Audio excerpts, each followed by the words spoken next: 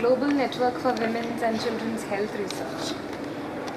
Well, the objectives when they were conceived initially were to do a few things. One was to conduct effective trials that can be utilized both at the hospital facility level and at the community level that would help inform good policy moving forward.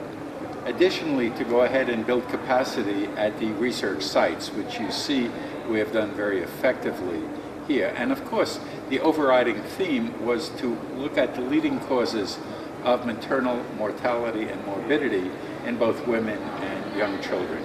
So I think we fulfilled all three of those global objectives, even as we continue to do additional studies. What, in your opinion, are the prime reasons for maternal and infant mortality rate globally? And are there any simple solutions to tackle them? Well, I think if there were simple solutions, we would have done them. That is part of the problem. But I think all of us agree that you're only as good as the data, and the data would suggest that postpartum hemorrhage is still a major problem. And you know, our study here that was conducted in Belgaum district suggested that misoprostol is a very important component, especially when oxytocin is not available, or if the delivery takes place in a facility, not in a facility that is heat stable for oxytocin. The second leading cause of maternal mortality worldwide seems to be preeclampsia or hypertensive disorders of pregnancy, or eclampsia. And we're doing a study here as well called the CLIP trial, which is looking at community approaches to identification and moving patients more rapidly to a facility, as well as perhaps even treating at the community-based level.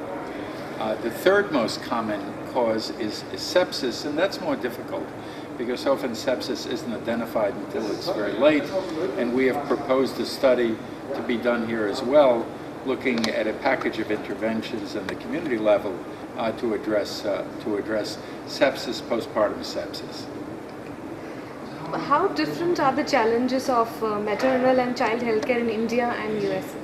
Yeah, it's, you know, I often tell people, first of all, when we talk about global health, and when I lecture to folks in the US and around the world, I point out that global health is not international health. Global health is any time there are health disparities and we have to address the social determinants of health. And we need to certainly go ahead and level the playing field. But the very same conditions that kill women and babies in India do so in the United States as well, sometimes at a different level. Actually, the healthcare system in the US, for all of the money we spend, doesn't have the same outcomes as we see in Europe. But for example, in preterm birth, our rates are very, very similar. And so what we learn in the prevention of preterm birth is going to be relevant globally. In terms of postpartum hemorrhage, we have a little less in the US because we have particularly facility deliveries with oxytocin readily available.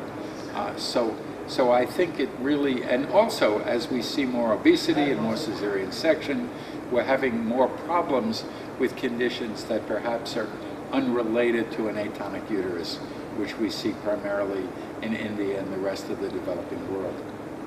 Thank you very much.